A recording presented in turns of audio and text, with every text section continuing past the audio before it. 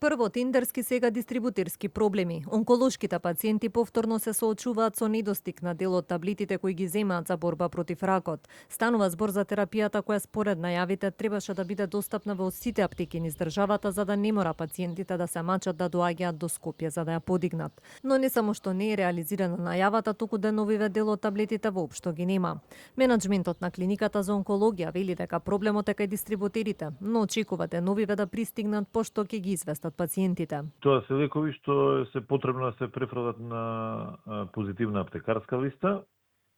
Мислам дека фондот и министерството работат на таа проблематика. Во меѓувреме, значи, ние направивме нарачка, значи, би требало деновиве да се испорачаат од страна на дистрибутерот, значи, што го дистрибуира.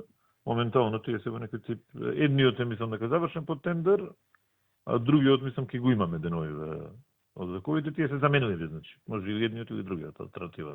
Во меѓувреме се скенираат условите во регионалните болници за да се види дали ќе може дел од пациентите да ја примаат онколошката терапија поблиску до местото на живење, наместо да доаѓаат до Скопје.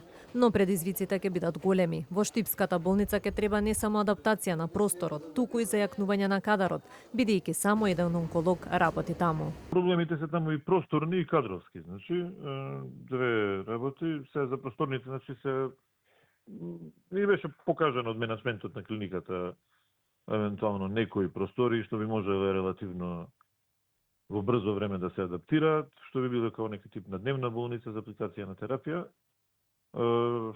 Останува, значи, пак кадровскиот проблем, бидејќи таму има само еден специјалист онколог. Пак ќе треба некој тип на соработка со универзитетската клиника за радиотерапија и онкологија. И додека борбата за навремена терапија и системски промени продолжува, скандалот за случајот со онкологија влегува во судница. Првото рочиште е закажано на 11 јули. Судскиот процес ќе треба да утврди одговорност за лекувањето и злоупотребите со терапиите за кои обвинителството поднесе обвинителен акт против двајцата поранешни директори Нино Васев и Нехат Нухи, како и против тројца онколози од клиниката. Паралелно, како што веќе најави во 24 анализа државниот јавен обвинител, можно и отворање на нова истрага која би ги опфатила и тендерите и системот на јавни набавки на лекови и терапии.